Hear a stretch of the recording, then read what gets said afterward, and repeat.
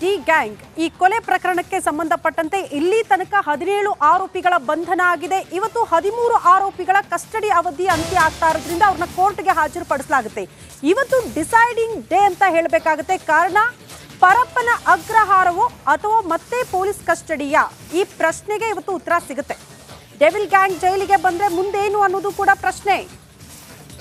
ಈ ಗ್ಯಾಂಗ್ನ ಯಾವ ಸೆಲ್ನಲ್ಲಿ ಇಡಬೇಕು ಎಂಬ ಗೊಂದಲ ಶುರುವಾಗಿದೆಯಂತೆ ಅಧಿಕಾರಿಗಳಿಗೆ. ಕ್ವಾರಂಟೈನ್ ಸೆಲ್ನಲ್ಲಿ ಎಲ್ಲರನ್ನ ಇಡೋಕೆ ಆಗಲ್ಲ, ಏನ್ ಮಾಡೋದು?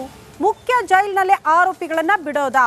ಈ ಬಗ್ಗೆ ಚರ್ಚೆ ಆಗ್ತಾ ಇದೆ ಅಧಿಕಾರಿಗಳ ಜೊತೆಗೆ. ಈ ಬಗ್ಗೆ ಉನ್ನತ ಅಧಿಕಾರಿಗಳ ಜೊತೆಗೆ ಚರ್ಚೆ ಮಾಡ್ತಿದ್ದಾರಂತೆ.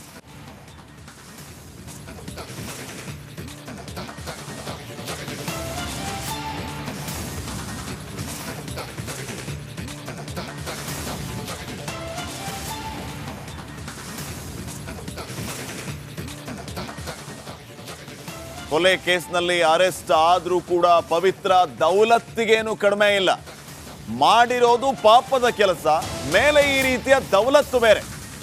ಕೆಲವರು ಇದೇ ರೀತಿ ಇರ್ತಾರೆ, ಏನು ಮಾಡೋದಕ್ಕಾಗೋದಿಲ್ಲ. ಜಗತ್ ಪ್ರಳಯ ಆದ್ರೂ ಕೂಡ ಇವ್ರ ದೌಲತ್ತಿಗೇನು ಕಡಿಮೆ ಇರೋದಿಲ್ಲ. ಪವಿತ್ರ ಗೌಡನು ಕೂಡ ಇದೇ ಲಿಸ್ಟ್ಗೆ ಈಗ ಸೇರ್ತಾ ಇರೋದು. ಮಾಡಿದ್ದು ಪಾಪದ ಕೃತ್ಯ ಆದರೂ ಕೂಡ ಈಕೆಯ ದೌಲತ್ತಿಗೆ ದಿಮಾಕಿಗೇನು ಕಡಿಮೆ ಇಲ್ಲ. ಮಾಧ್ಯಮ ಕ್ಯಾಮರಾ ಮುಂದೆ ಕಣ್ಣೀರು ಹಾಕೋದು, ಮಾಧ್ಯಮ ಕ್ಯಾಮರಾ ಇಲ್ಲ ಅಂತಂದ್ರೆ ದಿಮಾಕ್ ತೋರಿಸೋದು. ಈ ದಿಮಾಕು ಈ ದೌಲತ್ತು ನಡೆಯಲ್ಲ, ಭಾಳ ದಿನ ಇರಲ್ಲ. ದಿಮಾಕ್ ಮಾಡೋರು, ದೌಲತ್ ಮಾಡೋರು ಕಾನೂನು ಮುಂದೆ ಎಲ್ಲರೂ ಒಂದೇ. ಪವಿತ್ರ ಗೌಡ ಈಗ ನೋಡಿ, ಯಾಕೆ ಈ ವಿಚಾರವನ್ನು ಹೇಳ್ತಿದ್ದೀವಿ ಅಂತಂದ್ರೆ ಆ ವಿಜುವಲ್ ಅನ್ನ ತಾವು ಗಮನಿಸ್ತಾ ಇದ್ದೀರಿ. ಒಂದ್ ಕಡೆ ಮಾಧ್ಯಮಗಳ ಕ್ಯಾಮ್ರಾ ಮುಂದೆ ಮೊಸಳೆ ಕಣ್ಣೀರು. ಈ ಕೆಲವ್ರಿಗೆ ಕಣ್ಣೀರು ಯಾವ ರೀತಿ ಬರ್ತಾ ಇರುತ್ತಂದ್ರೆ ಮೊಸಳೆ ಕಣ್ಣೀರು. ಕಣ್ಣೀರು ಹಾಕೇನೆ ಇವರು ತಮ್ಮ ಕೆಲಸ ಮಾಡ್ಕೊಂಡ್ಬಿಡ್ತಾರೆ. ಇನ್ನು ಕೆಲವು ಕಡೆ ಇವರ ದಿಮಾಕ್ ಗೊತ್ತಿರುತ್ತೆ, ಆಟ ನಡೆಯಲ್ಲ. ಪವಿತ್ರ ಗೌಡ ಒಂದ್ ಕಡೆ ಕ್ಯಾಮ್ರಾ ಮುಂದೆ ಕಣ್ಣೀರು ಹಾಕ್ತಾ ಇರೋದು, ಮೀಡಿಯಾ ಕ್ಯಾಮ್ರಾ ಮುಂದೆ. ಇನ್ನೊಂದು ಕಡೆ ಅಲ್ಲಿ ಕ್ಯಾಮ್ರಾ ಇಲ್ಲ, ಸೆಕ್ಯೂರಿಟಿ ಒಬ್ಬ ತನ್ನ ಮೊಬೈಲಲ್ಲಿ ವಿಡಿಯೋ ಮಾಡ್ತಾ ಇರೋದನ್ನ ಗಮನಿಸಿ ಹಿಂಬದಿ ಇದ್ದ ಪೊಲೀಸ್ ಸಿಬ್ಬಂದಿಗೆ ಅದನ್ನ ಹೇಳೋದು. ಆಗ ಆ ಪೊಲೀಸ್ ಆ ಮೊಬೈಲನ್ನು ಕಸ್ಕೊಳ್ಳೋದು. ನೋಡಿ, ದಿಮಾಕು ದೌಲತ್.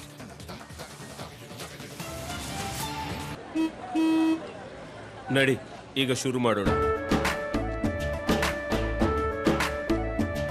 ಕೇಸರಿಯಿಂದ ಮನೋಲ್ಲಾಸ ಮನಸ್ಸು ಮತ್ತೇರಿ ಕುಣಿದಾಡಿದೆ ನೋಡು, ಮನಸ್ಸು ಮತ್ತೇರಿ ಕುಣಿದಾಡಿದೆ ನೋಡು. ಕ್ಷಣ ಕ್ಷಣವೂ ಆಚರಿಸಿ ಕೇಸರಿ ಹಬ್ಬ. ವಿಮಲ್ ಬಾಯಲ್ಲಿ ಹೇಳಿ ಕೇಸರಿ.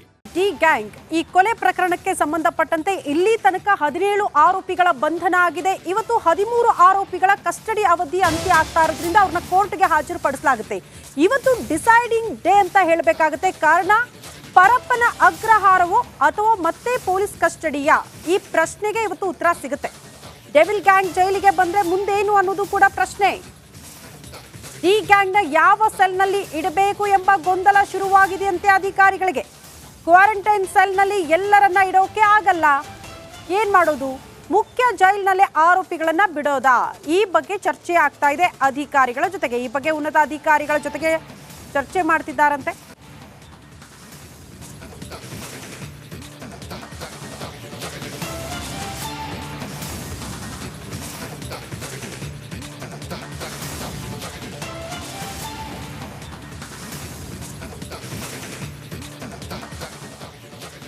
ಕೊಲೆ ಕೇಸ್ನಲ್ಲಿ ಅರೆಸ್ಟ್ ಆದ್ರೂ ಕೂಡ ಪವಿತ್ರ ದೌಲತ್ತಿಗೇನು ಕಡಿಮೆ ಇಲ್ಲ. ಮಾಡಿರೋದು ಪಾಪದ ಕೆಲಸ, ಮೇಲೆ ಈ ರೀತಿಯ ದೌಲತ್ತು ಬೇರೆ. ಕೆಲವರು ಇದೇ ರೀತಿ ಇರ್ತಾರೆ, ಏನು ಮಾಡೋದಕ್ಕಾಗೋದಿಲ್ಲ. ಜಗತ್ ಪ್ರಳಯ ಆದ್ರೂ ಕೂಡ ಇವ್ರ ದೌಲತ್ತಿಗೇನು ಕಡಿಮೆ ಇರೋದಿಲ್ಲ. ಪವಿತ್ರ ಗೌಡನು ಕೂಡ ಇದೇ ಲಿಸ್ಟ್ಗೆ ಈಗ ಸೇರ್ತಾ ಇರೋದು. ಮಾಡಿದ್ದು ಪಾಪದ ಕೃತ್ಯ ಆದರೂ ಕೂಡ ಈಕೆಯ ದೌಲತ್ತಿಗೆ ದಿಮಾಕಿಗೇನು ಕಡಿಮೆ ಇಲ್ಲ. ಮಾಧ್ಯಮ ಕ್ಯಾಮರಾ ಮುಂದೆ ಕಣ್ಣೀರು ಹಾಕೋದು, ಮಾಧ್ಯಮ ಕ್ಯಾಮರಾ ಇಲ್ಲ ಅಂತಂದ್ರೆ ದಿಮಾಕ್ ತೋರಿಸೋದು. ಈ ದಿಮಾಕು ಈ ದೌಲತ್ತು ನಡೆಯಲ್ಲ, ಭಾಳ ದಿನ ಇರಲ್ಲ. ದಿಮಾಕ್ ಮಾಡೋರು, ದೌಲತ್ ಮಾಡೋರು ಕಾನೂನು ಮುಂದೆ ಎಲ್ಲರೂ ಒಂದೇ. ಪವಿತ್ರ ಗೌಡ ಈಗ ನೋಡಿ, ಯಾಕೆ ಈ ವಿಚಾರವನ್ನು ಹೇಳ್ತಿದ್ದೀವಿ ಅಂತಂದ್ರೆ ಆ ವಿಜುವಲ್ ಅನ್ನ ತಾವು ಗಮನಿಸ್ತಾ ಇದ್ದೀರಿ. ಒಂದ್ ಕಡೆ ಮಾಧ್ಯಮಗಳ ಕ್ಯಾಮರಾ ಮುಂದೆ ಮೊಸಳೆ ಕಣ್ಣೀರು. ಈ ಕೆಲವ್ರಿಗೆ ಕಣ್ಣೀರು ಯಾವ ರೀತಿ ಬರ್ತಾ ಇರುತ್ತಂದ್ರೆ ಮೊಸಳೆ ಕಣ್ಣೀರು ಹಾಕೇನೆ ಇವರು ತಮ್ಮ ಕೆಲಸ ಮಾಡ್ಕೊಂಡ್ಬಿಡ್ತಾರೆ. ಇನ್ನು ಕೆಲವು ಕಡೆ ಇವರ ದಿಮಾಕ್ ಗೊತ್ತಿರುತ್ತೆ, ಆಟ ನಡೆಯಲ್ಲ. ಪವಿತ್ರ ಗೌಡ ಒಂದು ಕಡೆ ಕ್ಯಾಮ್ರಾ ಮುಂದೆ ಕಣ್ಣೀರು ಹಾಕ್ತಾ ಇರೋದು, ಮೀಡಿಯಾ ಕ್ಯಾಮ್ರಾ ಮುಂದೆ.